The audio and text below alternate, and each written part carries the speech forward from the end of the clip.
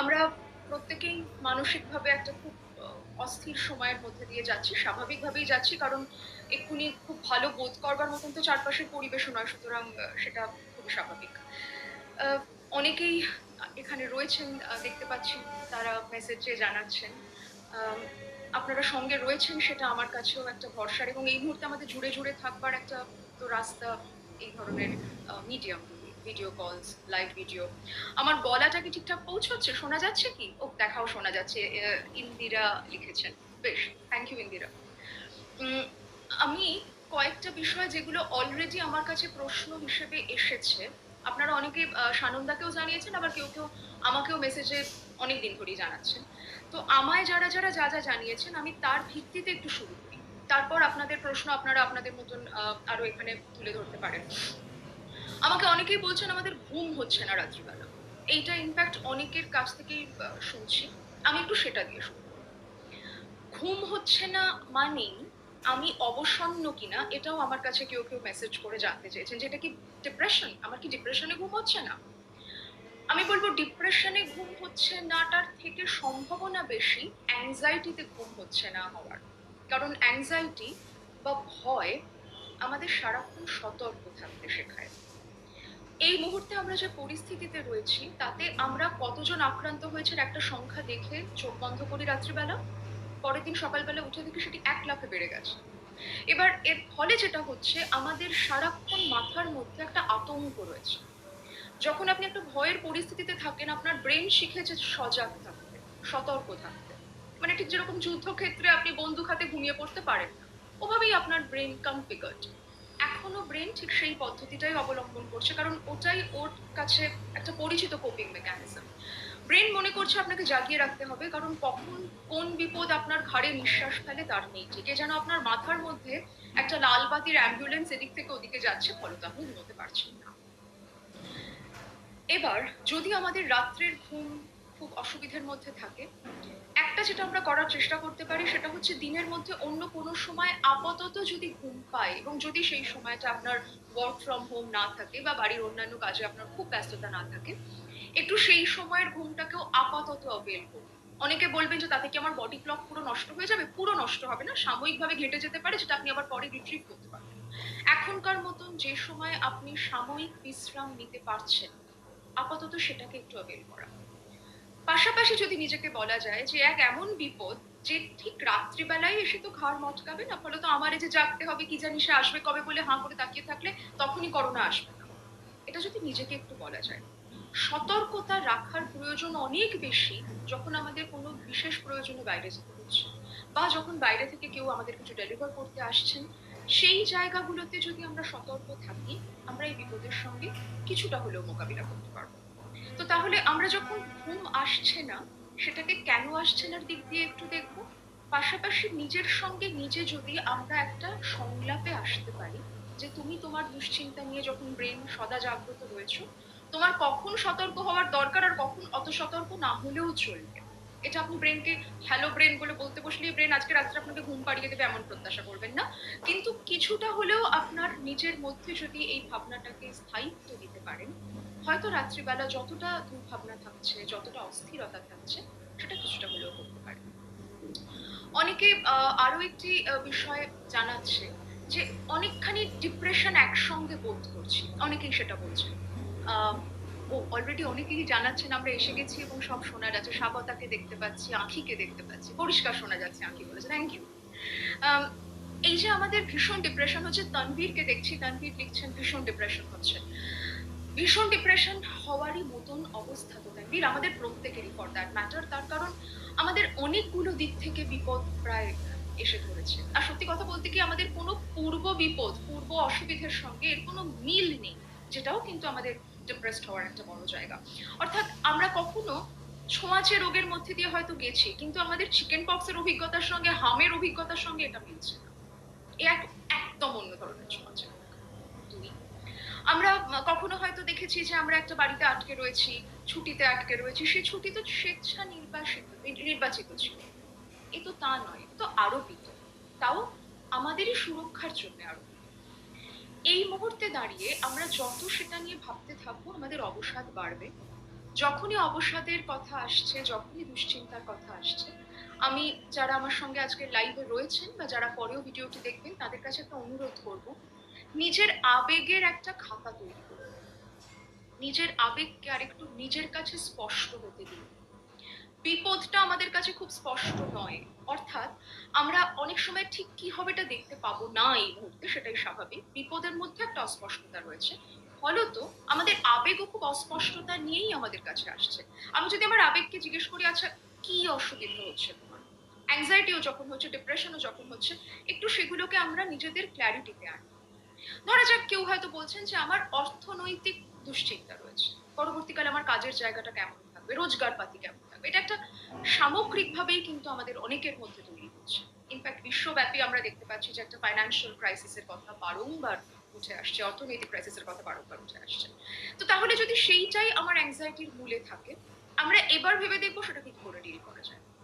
ডিপ্রেশনের মধ্যে একটা গভীর নেতিবাচকতা থাকে, কিচ্ছু আর ভালো হবে না।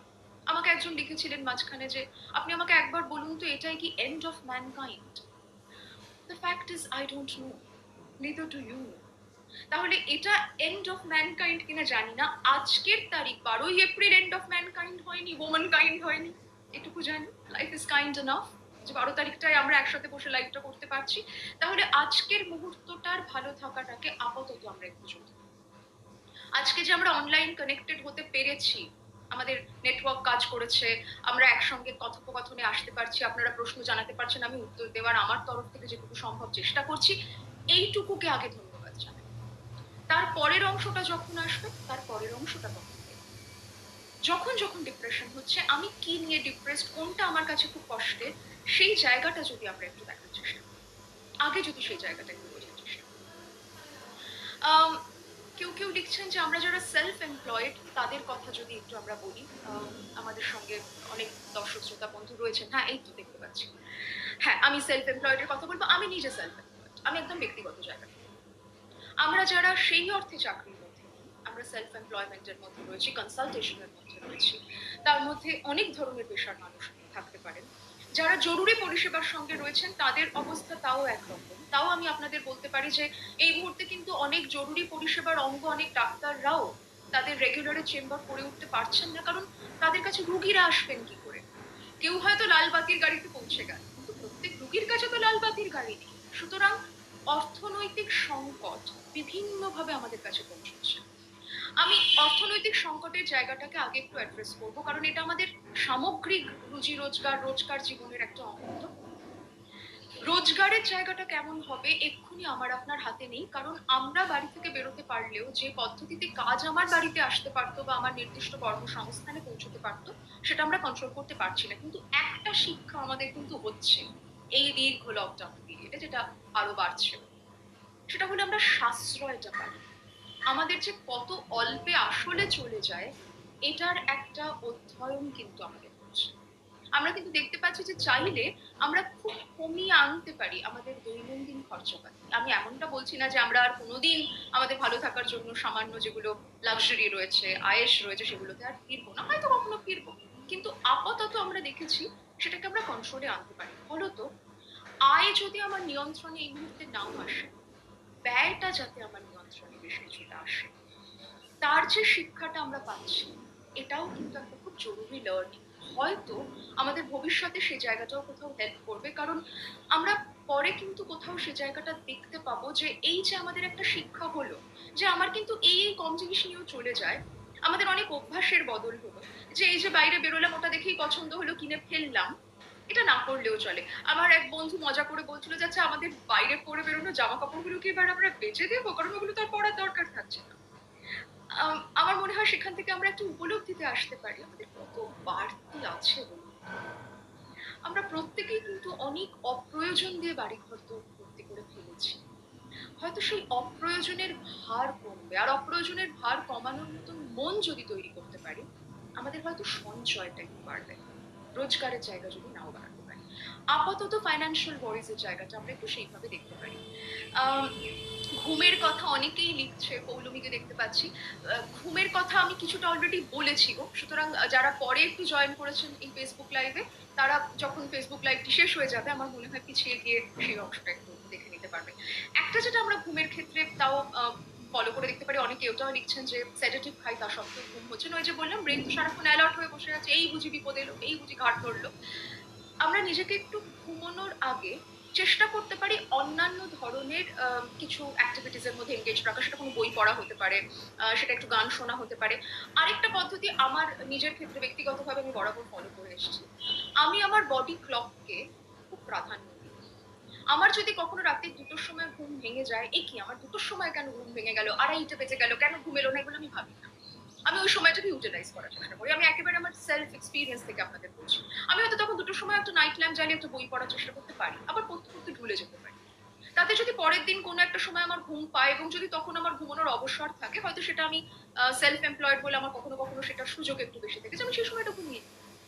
আমার মনে হয় সেখানে আপাতত যেহেতু আমাদের কাজের অবস্থানগুলো এই মুহূর্তে খুব অন্যরকম হয়ে রয়েছে, আমরা আমাদের নিজেদের ত্বরণগুলোকে, আমাদের শরীরের ঘড়িগুলোকেও আরেকটু স্বাধীনতা দিতে পারি। আপাতত আমরা একটু সেদিকে সচেষ্ট হতে পারি। শরীর তার মতন করে ঘুম আপনাকে দেবে। আপনার সময় অনুসারে এখন দেবে না, তার কারণ তার গোটা সময়টা পড়ে গেছে। ঠিক যে জায়গা থেকে আমাদের অনেকের দিনক্ষণ গুলিয়ে যাচ্ছে। আমাদের অনেক সময় মনে হচ্ছে না এই আজকে যেন কি বার, কারণ সব বারগুলি রোববারের মতন দেখতে লাগছে, সব মুহূর্তগুলোকে ছুটির মুহূর্ত বলে মনে হচ্ছে। তো সেখান থেকে আমাদের গোটা ওরিয়েন্টেশনটা এই মুহূর্তে একটু অন্যরকম হয়ে রয়েছে। নিজের প্রতি আরেকটু পেশেন্স রাখি। কেন হচ্ছে না ভেবে একটু যদি নিজেকে বলতে পারি যে পরিস্থিতিটাই তো অন্যরকম, আমার সমস্ত রিয়াকশনস একই রকম থাকবেই বা কেন বলুন তো? এই মুহূর্তটা যদি খুব অন্যরকম হয়, আমার রিয়াকশন গুলো অন্যরকম হবে। আমি আজ থেকে ৬ মাস আগে যেভাবে আমার জীবনকে নিয়ে যেতাম, এখন তো পারবো না। এখন তো ৬ মাস পরে জীবনটা আমার অন্যরকম হচ্ছে। তাহলে আমার শরীর, আমার মন এই পরিবর্তনের সঙ্গে একভাবে নিজে কোথাও মানিয়ে নেওয়ার চেষ্টা করছে। আমি তাকে সারাক্ষণই প্রশ্ন কেন করব, ওমা তোমার এরম কেন হচ্ছে? এরমটাই তো বোধহয় হওয়ার কথা ছিল। এই হওয়াটাকে আগে আমরা অ্যাকসেপ্ট করি। আম ধারাবাহিক রুটিনের কথা পূজা এসছেন লাইভে লিখছেন, ধারাবাহিক রুটিন। হ্যাঁ, ধারাবাহিক রুটিন আমরা কিছুটা ফলো করার চেষ্টা করতে পারি পূজা। ভালো পয়েন্ট আপনি বলেছেন। কিন্তু আমি বলব সেখানেও না একটু ফ্লেক্সিবিলিটি রাখার দরকার। আমার নিজের কোথাও মনে হয় খুব পুঁথিগতভাবে চলে যে আমাদের একটা প্রপার রুটিন থাকতেই হবে, সেটা ফলো করতেই হবে। অনেক সাইকোলজিস্টরা সেটা বিশ্বব্যাপী অনেক জায়গায় আমি দেখতে পাচ্ছি ভিডিওজে বলছেনও। আমি একটু অন্যভাবে ভাবি, কারণ এই পুঁথিগত জায়গা দিয়ে যে জীবন চলে না, সেটা হাড়ে, হাড়ে আমরা দেখলাম। আমাদের কোনো সিলেবাসে কখনো করোনা ছিল না। এখন তো করোনার সঙ্গে সবাই মিলে বসে, বসে মোকাবিলা করছি। বসে, বসে মোকাবিলা করছি।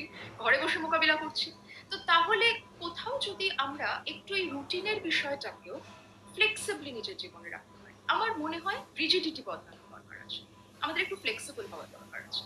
নিজের সঙ্গে ফ্লেক্সিবল হওয়ার দরকার আছে, কাজের সঙ্গে ফ্লেক্সিবল হওয়ার দরকার আছে, পদ্ধতির সঙ্গে ফ্লেক্সিবল হওয়ার দরকার আছে। আমাদের রোজগারপাতির ভাবনার সঙ্গে ফ্লেক্সিবল হওয়ার দরকার আছে, সম্পর্কের বিষয়ে ফ্লেক্সিবল হওয়ার দরকার আছে। কারণ যত আমরা আগেরটার সঙ্গে তুলনা করে, করে ভাববো, আমাদের যন্ত্রণা বাড়বে। আমি তো আগে এমনটা ছিলাম না, এখন কেন এমন? আমার তো আগে এমনটা হতো না, এখন কেন এমন? আরে আগের আমিটা তো আমি নেই। আগের সময়টাই তো। আগে সেটা আমরা মানি। একটা রুটিন একটু এভাবে ফলো করার চেষ্টা করতে পারি যে দিনের মধ্যে আপনি কিছু কাজ রাখুন যেগুলো আপনার কর্তব্যের কাজ, আপনার দায়িত্বের কাজ, something that you need to do every day. আর কিছু এমন কাজ রাখুন যেগুলো আপনার ভালো লাগার কাজ। এই মুহূর্তে ভালো লাগার কাজেও মনঃসংযোগ করা কখনো, কখনো কঠিন হতে পারে।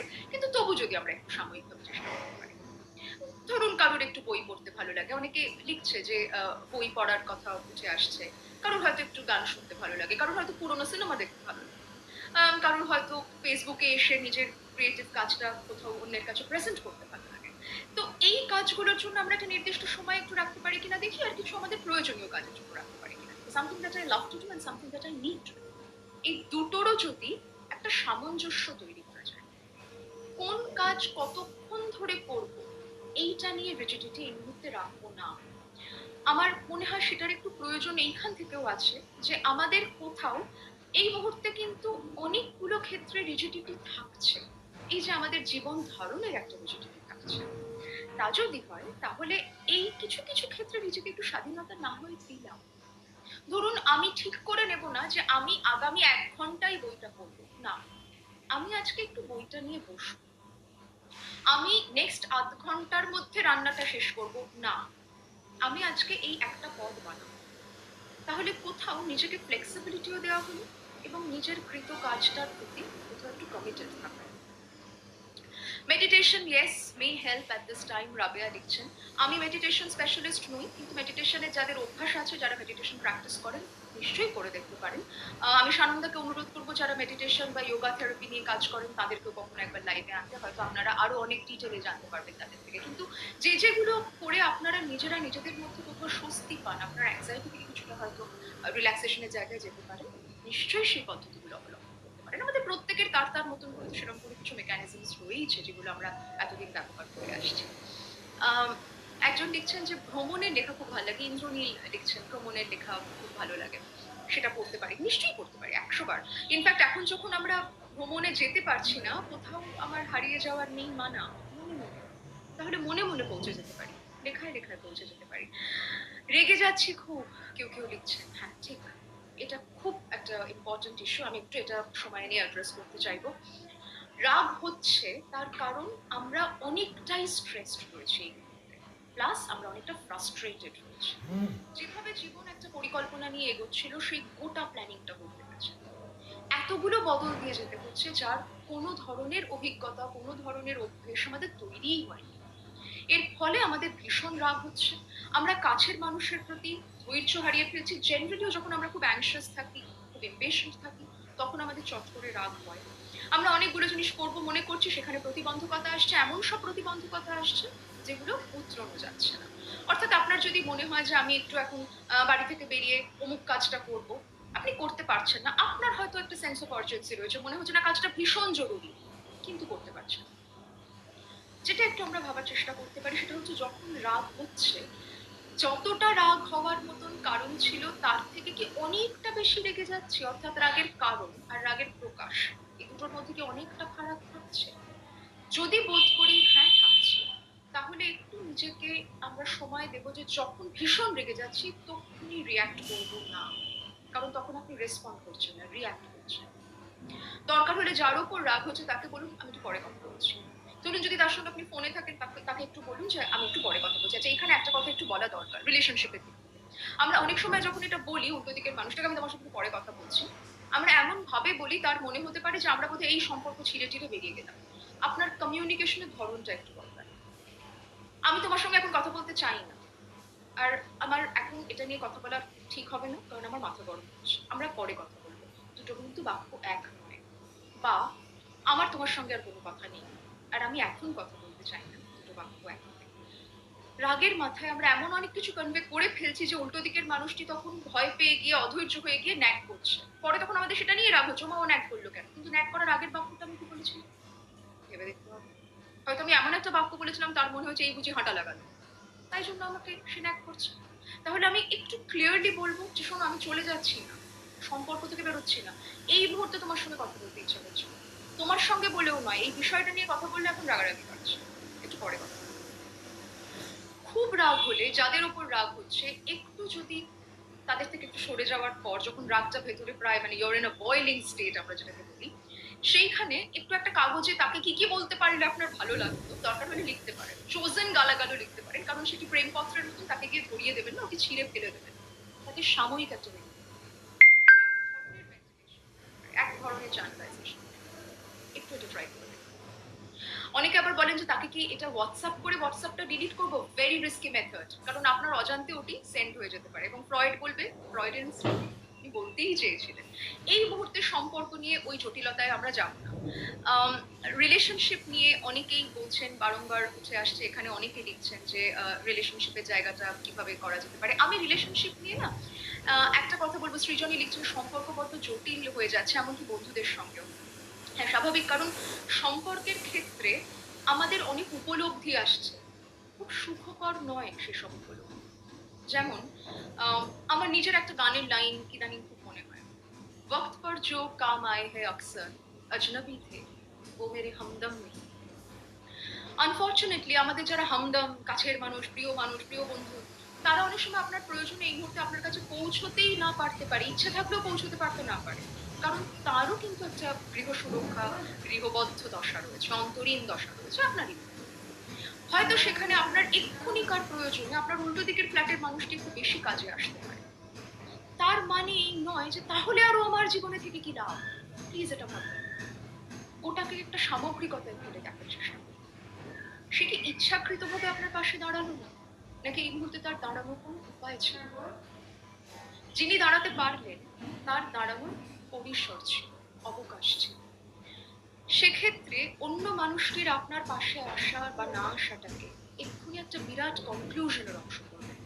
যে কারণে আমার মনে হয় একটু যদি আমরা এইভাবে দেখার চেষ্টা করি যে আমরা সময়টাকে এমন একটা অবস্থা দিয়ে আমরা এখন যাচ্ছি, এমন একটা মানসিক পরিস্থিতি দিয়ে যাচ্ছি যেখানে অনেক কিছুই খুব অন্ধকারাচ্ছন্ন লাগবে, সম্পর্কগুলোর মধ্যেও জটিলতা বাড়বে। আমরা সম্পর্কগুলো নিয়ে যে ভাবনাগুলো আসছে, যে উপলব্ধিগুলো আসছে, একটু স্টোর করি। সিদ্ধান্তে যদি আসতেও হয়, সে সিদ্ধান্ত ব্যক্ত করুন আবার জীবন যখন সহজ স্বাভাবিক হবে তখন। কারণ আজকে তাকে যে চেহারায় দেখছেন, কালকে তাকে সেই চেহারায় আপনিও না দেখতে পারেন। আপনারও মনে হতে পারে যে না, বিষয়টা কোথাও অনেক খারাপ ছিল। ওটা আপনার আজকের সত্য দিয়ে একটা বিরাট কনক্লুশন ড্র করে ফেললেন, অস্থির হয়ে বললেন না চলো এই বন্ধুত্ব আমি ছিন্ন করলাম। তারপরে কালকে যখন সব ঠিক হয়ে যাবে তখন মনে হতে পারে যে কতই পাজিটিভ করে দিয়েছি, একটু সময় দিই। সিমিলারলি বলবো যে এই সময় ধরুন কারোর সঙ্গে আপনার ভীষণ বন্ধুত্ব হলো, আপনি ভেবে ফেললেন যে এই আমার জীবনের শ্রেষ্ঠ মানুষ। Give some time.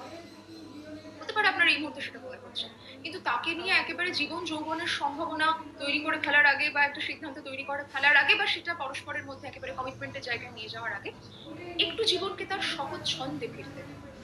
কারণ আজকের ছন্দে দাঁড়িয়ে আপনার যেটা মনে হচ্ছে, কালকের দিনে দাঁড়িয়ে আপনার এক্স্যাক্টলি সেই মনোভাব নাও থাকতে পারে। তখন কিন্তু আমাদের ফিরে গিয়ে অনেক সময় ডিসিশন আনডু করতে গেলে জটিলতা বাড়ে। থ্যাংক ইউ, আমার কথা আত্মবিশ্বাস এনে দেয়। সুধন্য বলছেন, অনেক অনেক অনেক ধন্যবাদ। আমরা আমাদের মতন করে প্রত্যেকেই চেষ্টা করছি। আচ্ছা, একজন লিখেছে যে সামনে এক্সাম, ফোকাস করা ডিফিকাল্ট হচ্ছে, পড়াশোনা করতে চাইছে না মেয়ে। আমি একটু সেই জায়গাটা অ্যাড্রেস করতে চাইবো, তার কারণ অনেকেই এই মুহূর্তে পড়াশোনার জায়গাটা নিয়ে খুব অসুবিধার মধ্যে রয়েছে। বাবা মারাও রয়েছেন, কারণ তাদের সন্তানদের পড়াশোনায় ইনভলভ করানোটা প্রবলেম হচ্ছে। আই মাস্ট সে টিচার্সরাও রয়েছে। অনেক কলেজ ইউনিভার্সিটি থেকেও আমাকে বলা হচ্ছে যে এই যে অনলাইন ক্লাসেস শুরু হয়েছে, তাই নিয়েও কিন্তু কিছু সমস্যা দেখা যাচ্ছে। স্টুডেন্টসরা অতটা মোটিভেটেড বোধ করছে না, ততটা মরালাইজড বোধ করছে না। কোথাও হয়তো তাদের মনে হচ্ছে যে ভাল লাগছে না, ওই যেন পার্সোনাল টাচটা নেই। আমি বলবো যে পড়াশোনার ক্ষেত্রে একটু আমরা একটা অন্য রকমের রুটিন যদি বানাতে পারি, যে দিনের মধ্যে কোনো একটা সময় ওকেও ওর পড়াশোনাটা করতে হবে, আমরাও সেই সময় বাড়ির অন্যান্য কাজগুলোকে কমপ্লিট করে নেব। মানে একটা নির্দিষ্ট সময় থাকবো যখন সন্তান পড়াশোনা করবে, বাড়ির অন্যান্য অভিভাবক বা যারা আছেন তারা তাদের কাজগুলো সেরে ফেলবেন। তারপর আবার একটা সময় আমরা ঠিক করবো যখন আমরা একসঙ্গে বসে একটু গল্প গাছায় যাবো। সঙ্গে বা যারা পড়াশোনা করছেন এমন মানুষরা রয়েছেন, তাদের সঙ্গে শুধু পড়াশোনা নিয়েই কথা বলবো, এটা করবেন না। কারণ পড়াশোনার জন্য যে কনসেন্ট্রেশনের দরকার, ওদের যে এই মুহূর্তে সেটা এফেক্টেড হবে, এটাই স্বাভাবিক। আমরা বড়রাই তো একটা বই পড়তে পারছি না, আমাদেরও তো একটা গল্পের বই পড়তে গেলে কোনো মনোসংযোগের অভাব পড়ছে, অনেকেই বলছে। তাহলে ওদের পড়াশোনার মতন কিছু মনে করবেন না, একটা নিরস জিনিসে ভীষণ মন প্রাণ দিয়ে ঢুকে পড়তে ইচ্ছে করবে কেন বলুন? হ্যাঁ, আমি বুঝতে পারছি ভীষণ প্রয়োজন, কারণ পরীক্ষা, সিলেবাস, সেগুলো তো কেউ ছুটি নিয়ে নেবে না, সেগুলো লকডাউনে পুরোপুরি যাবে না। তো সেখানে আগে ওকে অ্যাকনলেজ করুন। যখন বলছে আমার পড়তে ইচ্ছে করছে না, রেগে যাবো না আমরা বলবো হ্যাঁ রে বাবা, বুঝতে পারছি, সত্যি ইচ্ছে করছে না, দেখ আমাদেরও অনেক কিছু করতে ইচ্ছে করছে না। এর পরের বাক্যটি বলবো, সবটা আমাদের ভালো লাগা বা ইচ্ছে অনুসারে জীবনে হয় না। আমাকে এমন একটা মানুষ দেখাতো যে সারাদিন ধরে ঠিক যেটুকু ইচ্ছে করে সেটুকুই করে, ঠিক যেটুকু ভালো লাগে সেটুকুই করে। নেই। তাহলে তোমার জীবনটাই বসে, আমার জীবনটাই বসে। অনেকগুলো জিনিস আমাদের অনিচ্ছেতেও আমাদের করতে হয়, তার কারণ যদি তখনকার মতন সেটা আমরা করতে পারি, একটা বড় খারাপ লাগাকে তাহলে অ্যাভয়েড করা সম্ভব। অর্থাৎ এখন আমার হয়তো পড়তে ইচ্ছে করছে না, কিন্তু একটু অনিচ্ছা সহকারেও যদি পড়ি, তাহলে ফেল করবার খারাপ লাগাটা থেকে নিজেকে অ্যাভয়েড করা যায়। এবং একদিন তো আবার গোটা বিষয়টা সহজ স্বাভাবিক হবে, তখন যখন আমার বন্ধুরা আমার থেকে অনেক বেশি নম্বর পেয়ে যাবে, আমার কিন্তু বেশ খারাপ লাগবে। একটু এইভাবে বলে দেখা যায় কিনা, চেষ্টা করুন তো অপর্ণা, দেখুন তো তাতে আপনার মেয়ে একটু মোটিভেটেড হয় কিনা। আর যদি সম্ভব হয়, এটা আমি যারা বিশেষ করে টিনেজার্সদের নিয়ে বাড়িতে ডিল করছেন বা ছোট বাচ্চা হলেও তাদের একটা প্রাইভেট মাঝে মাঝে দিই। দেখুন, আপনি যখন আপনার কোনো আত্মীয়র সঙ্গে, বন্ধুর সঙ্গে কথা বলছেন, আপনি কিন্তু অনেক সময় সরে গিয়ে কথা বলছেন। ওরা অনেকেই হয়তো আমাদের ফোন নিয়ে কথা বলছে, নাকের ডগায় বসে থাকবো না আমরা তখন। আমরা সরে যাব। কারণ ওরা স্কুলে বা ওরা কলেজে যে আলাদা পরিসরটা পেত বন্ধুদের সঙ্গে আড্ডা মারবার, এখন কিন্তু পাচ্ছে না। তো এখন যখন ওরা ফোনে কথা বলছে, আমরাও একটু সেখান থেকে স্টেপ ব্যাক করি। ওদেরকে ওই প্রাইভেট স্পেসটা দিই, যেখানে ওরাও একটু মাঝে মাঝে দিনের মধ্যে কিছুটা সময় মন খুলে আড্ডা মারতে পারবে। ওরা কিন্তু ওটা পারত। ওই অংশটা কিন্তু ওদের জীবন থেকে চলে গেছে। তাহলে সেটা আমরা একটু সচেষ্ট হই, যাতে পরীক্ষার পড়াশোনার পাশাপাশি পড়াশোনার গোটা যে আবহ, তার মধ্যে ওর বন্ধুরা রয়েছে, তাদের কতটা সিলেবাস এগুলো রয়েছে, তাই নিয়ে কিছু কথোপকথন রয়েছে, সেটা একটু সামগ্রিকভাবে তৈরি করার ক্ষেত্রে আমাদেরও যদি কিছু অবদান ওভারঅল একটু ট্রাই করুন। আর একটু লিখে লিখে পড়তে বলতে পারেন, যাদের ক্ষেত্রে কনসেন্ট্রেশন প্রবলেম হচ্ছে সেই স্টুডেন্টসদের জন্য একটু বলবো, যে অংশটা পড়লাম, পড়বার পর একটু লেখার চেষ্টা করুন। যদি দেখি যে না সবকটা পয়েন্ট মনে পড়লো না, I will give it a second reading. যদি তাতেও না মনে পড়ে, I will give it third reading. কিছু যায় আসে না, দরকার হলে একাধিক রিডিং দেব, কিন্তু যখন দেখবো প্রত্যেকটা পয়েন্ট মনে পড়েছে তখন পরের প্যারাগ্রাফটায় যাবো। এতে প্রত্যেকটা রিডিং এর পর আমার ব্রেন কতটা রিকালেক্ট করতে পারছে এর একটা নিজস্ব আন্ডারস্ট্যান্ডিং তৈরি হয়। সেখান থেকে আমার পড়ার জায়গাটাতে আমার মেমোরাইজেশন প্রসেসটা কিছুটা উপকৃত হতে পারে। আরো অনেকে অলরেডি এসেছেন। আচ্ছা, জরুরি কথা ভালো লাগছে কেউ কেউ লিখেছেন। বই পড়তে ভালোবাসতাম, এখন বইয়ে কনসেন্ট্রেট করতে পারছি না, একজন লিখছেন। আমার সেই জায়গাটাতে ইনফ্যাক্ট ছিলাম। ভাগ্যিস আপনি বললেন, কারণ আমরা বাচ্চাদের পড়াশোনা নিয়ে যখন তাদের উপর হাউমাউ করছি, আমাদের বুঝতে হবে এটা আমরাও পারছি না। ছোট গল্প পড়ার চেষ্টা করুন, অনেকক্ষণের কনসেন্ট্রেশন লাগবে না। অডিও বুক পড়ার চেষ্টা করুন, মানে শোনার চেষ্টা করুন, ফর দ্যাট ম্যাটার, পড়া না, অডিও বুক শুনুন। তাতে কিছুক্ষণের জন্য অন্য একটা জোনে হয়তো থাকবেন। বই পড়ার জন্য যে একাগ্রতার দরকার, আবারও যেটা আমরা গোড়াতেই বলছিলাম ঘুমের ক্ষেত্রে, ব্রেন সারাক্ষণ একটা বিপদের জন্য তো এখন অ্যালার্ট রয়েছে। সে তার সমস্ত সৈন্যবাহিনীকে আপনার অন্য কাজে এখন নিযুক্ত হতে দিচ্ছে না। ও কিছু রিসোর্সকে হোল্ড করে থাকছে, যে কারণে বই পড়া বা অন্যান্য কাজের কনসেন্ট্রেশনটা আমাদের ব্যাহত হয়ে যাচ্ছে। একটু অন্যভাবে তাকে ফেরানোর চেষ্টা করি, শর্ট ফিল্মস দেখুন, কিছুক্ষণের জন্য মনটা অন্যদিকে যাবে। পড়াশোনার ক্ষেত্রেও বলবো যে যদি একটু স্টুডেন্টসদের, এখন তো ইউটিউবে প্রচুর ভিডিওস পাওয়া যায়।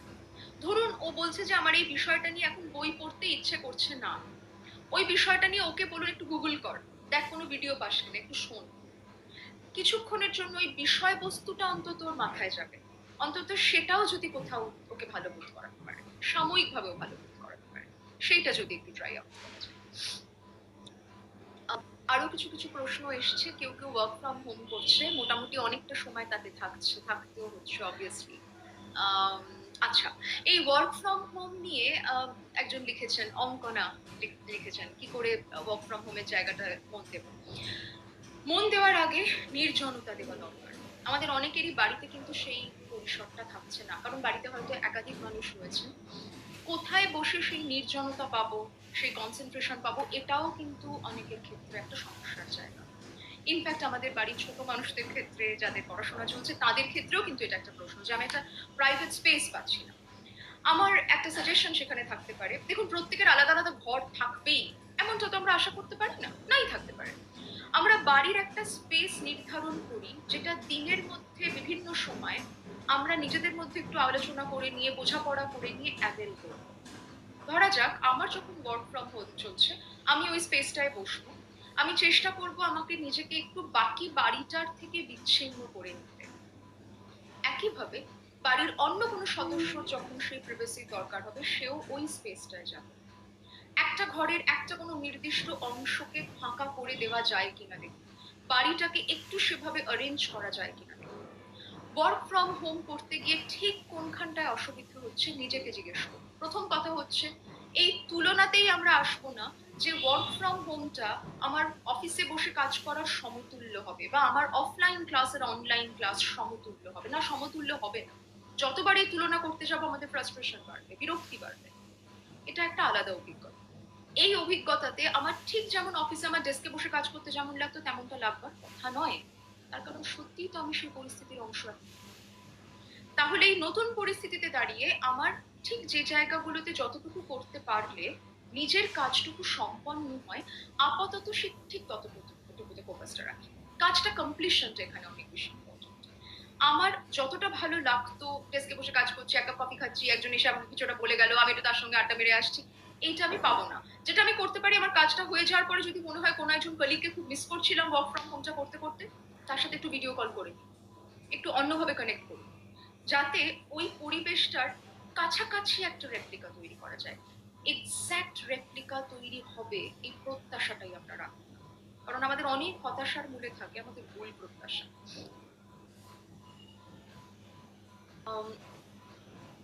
আরো কিছু প্রশ্ন আসছে, আমরা কি করে আমাদের দিনটাকে গুছিয়ে নিতে পারি। ওই যেটা একটু আগে বললাম, আপনি একটু পরে বোধহয় জয়েন করেছেন, আমরা ভিডিওর একটা অংশে অলরেডি এটা ডিসকাস করেছি অভিজিৎ, যে আমরা আমাদের দিনের মধ্যে আমাদের খুব প্রয়োজনীয় কাজগুলোকে একটা নির্দিষ্ট সময়ের মধ্যে কমপ্লিট করবার চেষ্টা করব। আমি সবসময় যেটা বলি যে একটা শেডিউল যখন বানাচ্ছি, বিশেষ করে এখন যখন দিন সময় সবটাই আমাদের যখন যেন তালগোল পাকিয়ে আছে, জোরটা দিন টাস্ক কমপ্লিশনের উপর। কোন সময়ে কোনটা শেষ করলাম তার থেকেও ইম্পর্টেন্ট হচ্ছে শেষ করলাম। Make a task schedule, do not make a time schedule. কারণ টাইমটাই এখন আমাদের সবচেয়ে গোলমেলে অবস্থায় আছে। টাইম আমাদের হাতে মাঝে মাঝে মনে হচ্ছে অনেক, আবার মাঝে মাঝে মনে হচ্ছে দূর কতটা অপচয় হয়ে গেল। তাহলে জোর দেবো কোন কাজটা আজকে করবো ঠিক করেছিলাম, দেখা যাক কালকে 13th এপ্রিল আমি ঠিক করলাম আমি 3টে কাজ কমপ্লিট করবো। যখনই হোক না কেন এই 3টে কাজের পাশে যেন আমার টিক মার্কটি পড়ে before I go of to sleep. এই জায়গাটা নিজের সঙ্গে একটা কমিটমেন্টে আসা যায় কিনা। পিয়ার প্রেশারের কথা উঠে আসছে, পায়েল লিখছেন। খুব ইম্পর্টেন্ট একটা জায়গা, যে অনেক সময় মনে হচ্ছে যে বাকিরা কত কি করছে, আমি বোধহয় অত কিছু করে উঠতে পারছি না, সেখান থেকে একটা পিয়ার প্রেশার কাজ করছে এবং সেখান থেকেও একটা ডিপ্রেশন আসছে। আমরা চেষ্টা করবো একটু এই তুলনাগুলোর মধ্যে কম যেতে। এই পিয়ার প্রেশারের মধ্যে না আরো একটা অংশ পায়েলের মেসেজ পড়ে আমার মনে হলো, সেটা হচ্ছে যে আমরা অনেক সময় ফেসবুক বা সোশ্যাল মিডিয়াতে অন্য মানুষের জীবন দেখে বড় মুশড়ে পড়ি। হয়তো মনে হচ্ছে বাবা ও কত কি রেঁধে ফেললো, ও কত কি করে ফেললো, ওর পরিবারের সঙ্গে কত হ্যাপি আছে, আমি তো নেই, আমি তো সারাক্ষণ ঝগড়া করছি, আমার তো একটা রান্না রাখতেও এনার্জিতে হচ্ছে না, এরকম আমাদের মনে হতে পারে। আমি সেখানে একটাই প্রথমে বলবো, সেটা হচ্ছে যে যে তুলনাটা আমরা করি, যেটার সঙ্গে তুলনা করি সেটা কতটা অথেন্টিক, নিজেদের একটু আমরা সৎভাবে জিজ্ঞেস করি আসুন। সত্যি আমরা যে ছবিগুলো সোশ্যাল মিডিয়ায় শেয়ার করি, যে মোমেন্ট গুলো শেয়ার করি, ওটাই কি আমাদের জীবনের গোটা ছবি?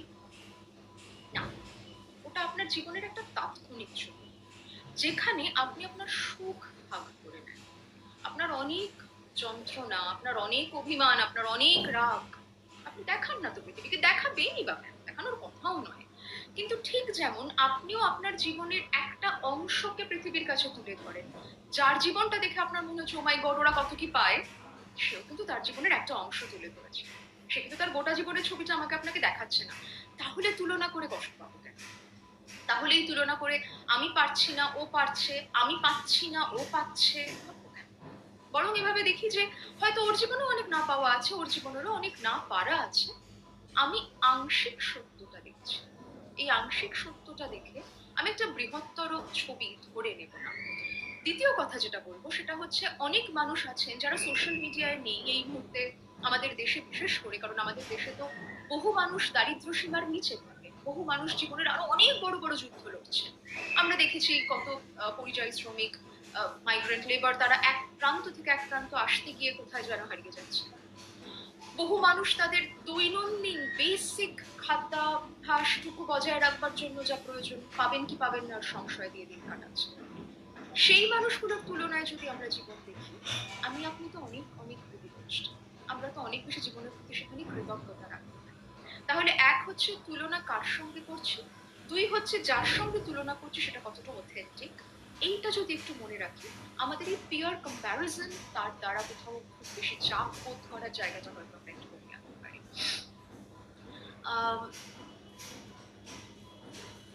একটা প্রশ্ন আসছে আবারও যে একটা কোথাও একই বাড়িতে রয়েছি কিন্তু নিয়ে চিন্তা হচ্ছে, হয়তো এটা ইনফ্যাক্ট অনেকেই বলছেন যে আমি হয়তো আমার পার্টনারের সঙ্গে বা আমার স্বামীর সঙ্গে বা স্ত্রীর সঙ্গে একটা বাড়িতে রয়েছি, বাবা মায়েরা হয়তো অন্য বাড়িতে রয়েছেন, আমরা হয়তো তার কাছে এখনো পৌঁছতে পারছেন না। আমি বলব আপাতত তাদেরকে একটু বলুন, যেখানে বয়স্ক নাগরিক যারা রয়েছেন, হয়তো আমাদেরই অভিভাবকরা বা আত্মীয়রা, বাবা-মা অন্য অন্য কোনো শহরে থাকতে পারেন, বাড়িতেও অন্য কোনো জায়গায় থাকতে পারেন, মানে অন্য কোনো বাড়িতে থাকতে পারেন। একটু যদি তাদেরকে কমিউনিকেট করা যায় যে আপাতত তোমার জরুরি পরিষেবার জন্য এই নাম্বারগুলো তোমাকে দেওয়া রইলো। অনেক মানুষ কিন্তু এই মুহূর্তে আমাদের শহরে সেই ধরনের পরিষেবা দিচ্ছেন। আমি তাদের কাছে আন্তরিকভাবে কৃতজ্ঞতা জানাবো যারা এই কাজটি করছেন। একটু সোশ্যাল মিডিয়া ঘেঁটে দেখুন, সেই নাম্বারগুলো পাবেন। ওই নাম্বারগুলো একটু তাদেরকে দিয়ে রাখুন, যাতে হঠাৎ প্রয়োজন হলে তারা কানেক্ট করে নিতে পারে, যাতে সেই মানুষগুলি অন্তত তাদের দৈনন্দিন প্রয়োজনের সামগ্রী যারা এই পরিষেবাগুলো দিচ্ছেন তাদের থেকে পেতে পারেন। এবং আবেগের জুড়ে থাকার যে অংশটা, সেখানটাতে আপনি একটু নিজেকে আরেকটু সহযোগিতা রাখুন, আপনার নিজের সেখানে অ্যাভেলেবিলিটিটা একটু বাড়ান। হয়তো যে ফোনটা দুদিনে একবার করতেন সেই ফোনটা প্রত্যেকদিন একটু করুন।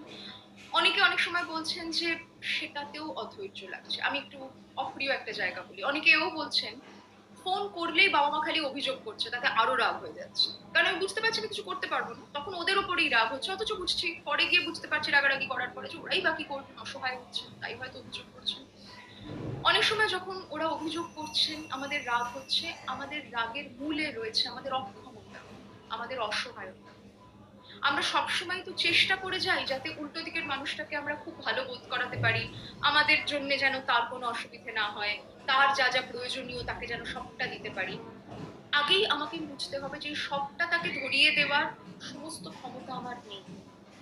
এই গোটা পরিস্থিতির মধ্যে দিয়ে আমরা এটাও বুঝতে পারছি যে আমাদেরও অনেক অসহায়তা আছে। জীবনের সেই বৃহত্তর পরিস্থিতির সামনে নিজের অসহায়তার কাছে কোথাও মাথা নত করার মধ্যে কোনো লজ্জা নেই, সত্য আছে। বাবা মাকে বলুন, হ্যাঁ গো বুঝতে পারছি, খুব সরি, ভীষণ খারাপ লাগছে, কিন্তু আমারও তো কিছু অপারগতা আছে, কি করব বলো, বুঝতে পারছি তোমাদেরও অসুবিধা হচ্ছে, কনভে করুন। ডিফেন্সিভ হয়ে যাবে, আমাকে বলছো কেন, আমি কি করব, এটা ডিফেন্সিভ। অ্যাকনলেজ করুন, হ্যাঁ গো বুঝতে পারছি। দেখবেন তাতে হয়তো ওরাও কোথাও একটা অনুভব করবেন যে আপনিও ইচ্ছাকৃতভাবে অনুভব শোনেন। অনেক সময় আমাদের জীবনে আরো অনেকগুলো প্রশ্ন উঠে আসছে। একটা ফিলসফিক্যাল পয়েন্ট অফ ভিউতে যাওয়া যায় কিনা, দূর বা অ্যাডিকশন, হ্যাঁ আসতে পারা যেতে পারে, সেটা নিজের নিজের উপর নির্ভর করে কোন মানুষ কিভাবে ডিল করবে। এটা interpersonal coping strategy, personal coping strategy, অনেকের অনেক সময় অনেক বৃহত্তর ফিলসফিক্যাল আন্ডারস্ট্যান্ডিং আসতে পারে নিজের মধ্যে এই পিরিয়ডে। যদি সেটা আসে সেটাকে আমি নিজেদের মধ্যে রাখার চেষ্টা করব, যাতে পরবর্তীকালে পরিস্থিতি বদলে গেলে আমাদের এই মুহূর্তে উঠে আসা উপলব্ধিগুলোকে সব আমরা হারিয়ে না। অনেক সময় কিন্তু আমরা যখন একটা খুব বড় অবস্টাকল দিয়ে যাই, একটা বড় বিপদ দিয়ে যাই, আমাদের মধ্যে এমন অনেক শক্তি উঠে আসে যা দিয়ে হয়তো আজকের বিপদটার মোকাবিলা করা যাবে না, কিন্তু কালকের বিপদটার মোকাবিলা করা যাবে। হয়তো এই বিপদটা না এলে আমার মধ্যে যে এই ভাবনার উন্মেষ হতে পারে, এই শক্তির উন্মেষ হতে পারে, আমি আপনি জানতেই পারতাম। এই জ্ঞানটুকু, এই উপলব্ধিটুকু, এই আত্মদর্শনটুকু আপনার আপনার সঙ্গে থেকে যাবে। সেটা 2020 সালে কাজে লাগবে না, 2025 সালে কাজে লাগবে, আমরা জানি, কিন্তু আজ না হোক কাল একটা অন্য বিপদে সে কিন্তু আপনার হাতটা ধরতে পারে, যেখানে আজকের লার্নিং গুলো দিয়ে হয়তো আমরা ভবিষ্যতে নিজেদের বলতে পারবো বা ভবিষ্যৎ প্রজন্মকে বলতে পারবো আমরা তো করোনার মোকাবিলা করে এসেছি, তাহলে এই বিপদ তো আমাদের কাছে কিছু না। এই জোরটাও কিন্তু আমার সময়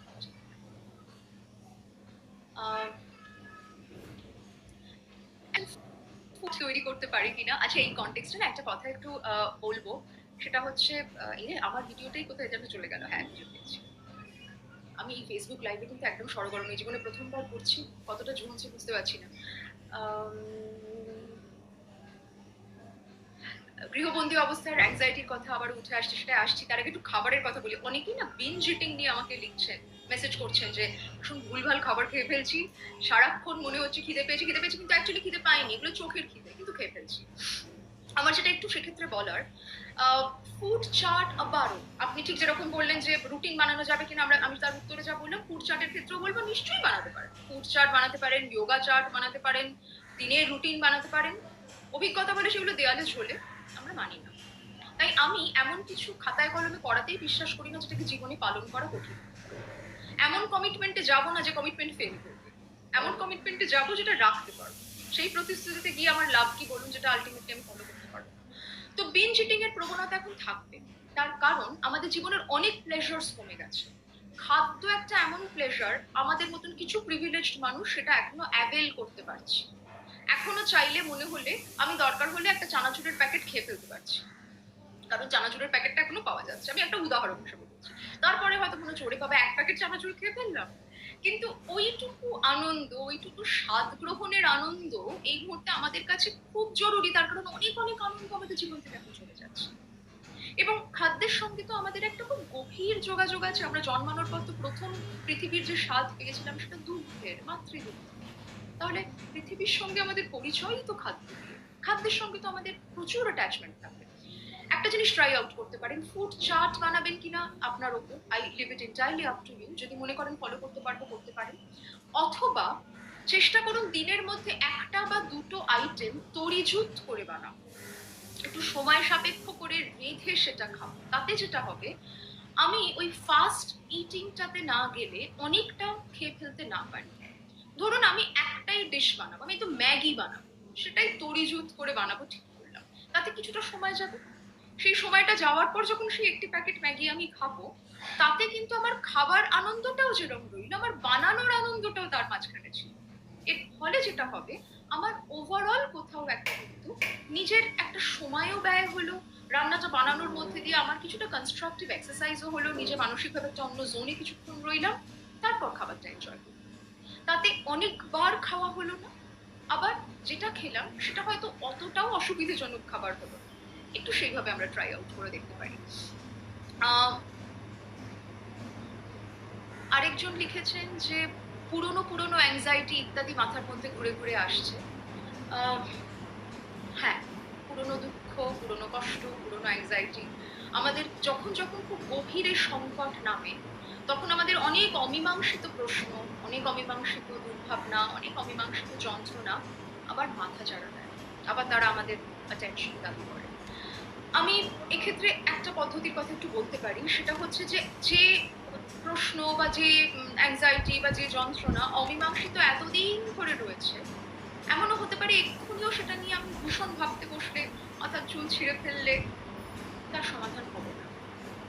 তা যদি হয় তাহলে আপাতত এমনি যেহেতু আমার সামনে একটা বড় ঝুঁকি রয়েছে, বিপদ রয়েছে, অনেক অ্যাংজাইটি সেটা নিয়েই রয়েছে, আমরা একটা না মিটে যাওয়া অ্যাংজাইটি, একটা অনেক পুরনো যন্ত্রণাকে অনেকটা সময়, অনেকটা মানসিক রিসোর্স সচেতনভাবে দেব। জীবন থেকে আমরা এই শিক্ষাও অনেক সময় পাই যে জীবনের অনেক প্রশ্নের উত্তর না পাওয়া যায় না, জাস্ট প্রশ্নপত্রগুলো অচল হয়ে যায়। হয়তো যবে গিয়ে উত্তরটা পেলেন তখন মনে হলো আর এই প্রশ্নটারই আমার কাছে কোনো মানে নেই, এই উত্তর নিয়েই আমি কি করব।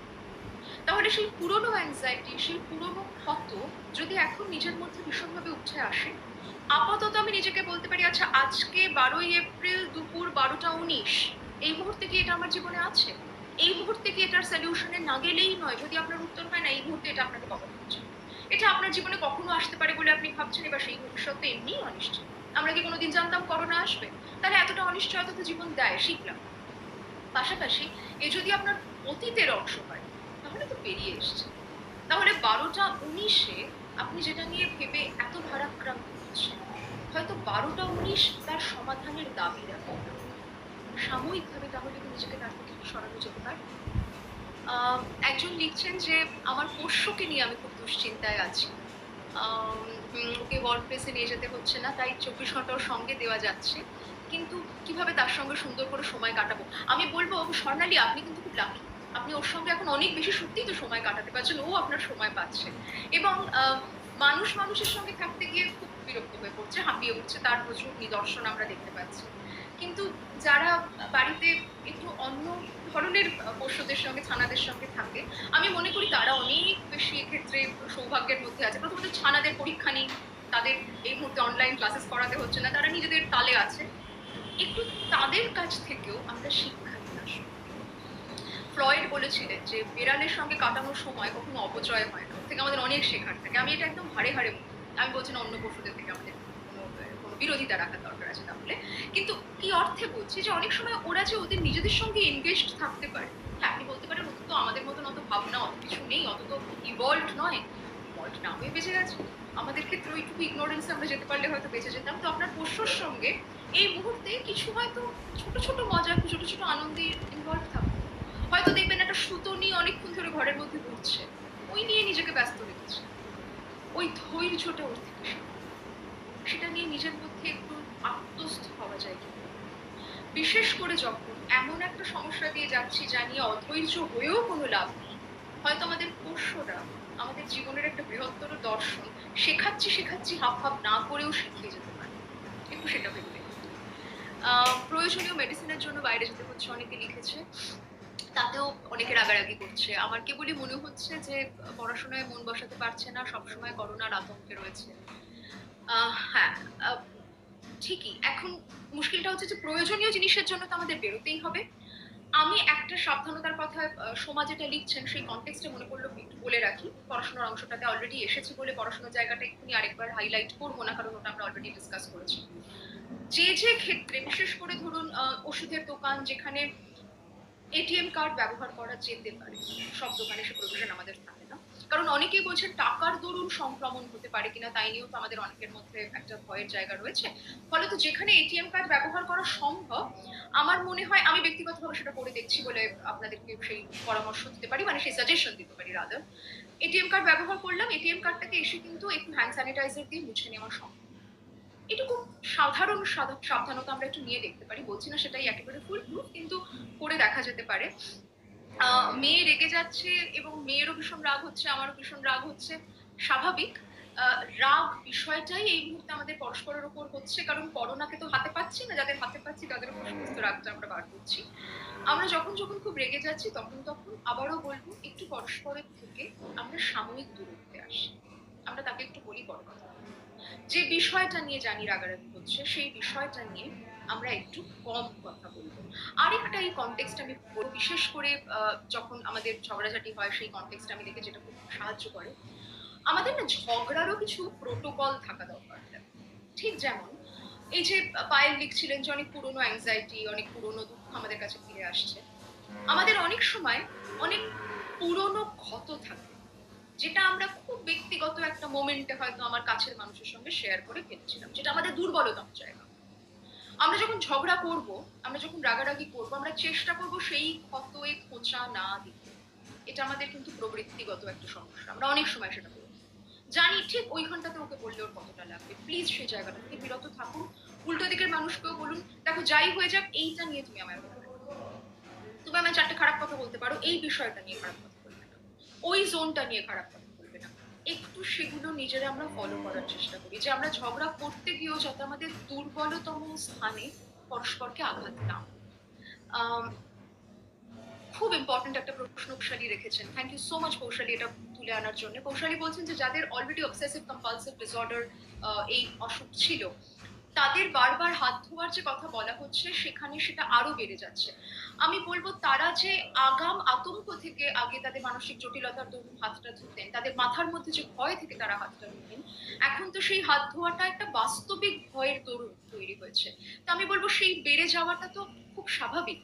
একটু যে জায়গাটা তাদের আমরা বলতে পারি যে এই মুহূর্তে না তাদের, আমি ইনফ্যাক্ট বলবো যাদের মধ্যে ওসিডি রয়েছে তাদের এই হাত ধোয়ার প্রবণতাটাকে এখন কমিয়ে আনাটাই ডিফিকাল্ট। আমরা তাদেরকে এই নিয়ে এক্ষুনি খুব বেশি বকাবকির মধ্যে যাব না, তাদের উপর খুব বেশি চাপ দেব না। নিয়মিত যে ওষুধ তারা খাচ্ছেন সেটা শুধু শারীরিক মানসিক সব দিক থেকে বলবো, শুধু ওসিডি বলে নয়, যে কোনো ক্রনিক শারীরিক মানসিক সমস্যার যে ওষুধগুলো চলছে যেন ডাক্তারদের সঙ্গে একটা পরামর্শ রেখে সেটা আমরা করতে পারি। অনেক ডাক্তাররাই কিন্তু অনলাইন সেই অ্যাভেলেবিলিটিটা রাখছেন, তো সেটা যদি আমরা একটু দেখতে পারি। পাশাপাশি হাত ধোয়ার ক্ষেত্রে এখন তাদের মধ্যে যে ভয়টা থাকবে সেই ভয়টার যেহেতু একটা বাস্তবিক দিক আছে, এই নিয়ে আমরা তাদের সঙ্গে খুব তর্ক বিতর্কে যাব না। আমরা প্রায় শেষের মুখে, আমি আর বোধহয় একটা দুটো প্রশ্ন নিয়ে উঠতে পারবো। আর একটা কি প্রশ্ন এলো এক্ষুনি,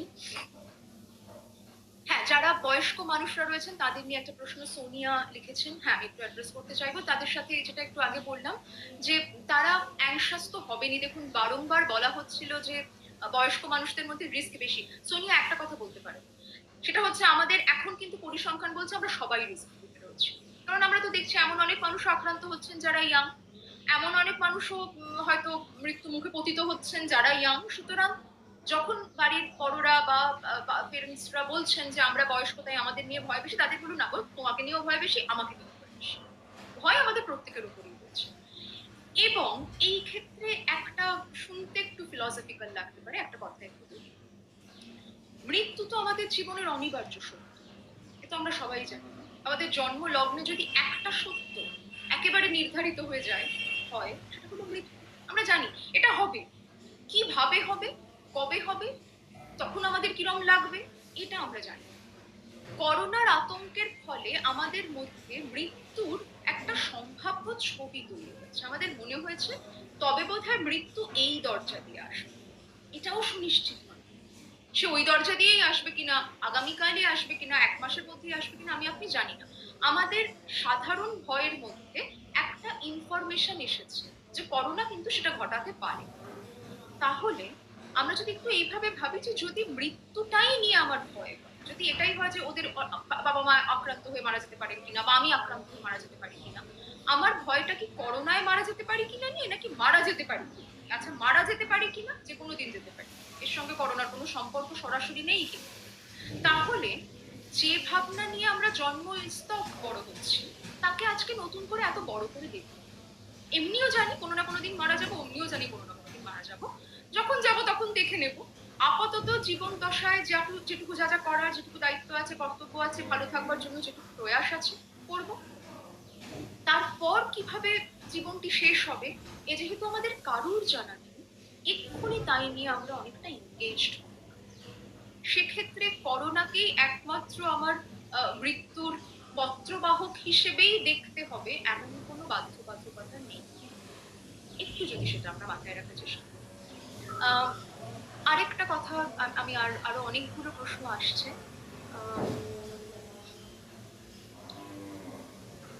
আচ্ছা, অনিন্দ একটা প্রশ্ন রেখেছেন, অনিন্দ ব্যানার্জি।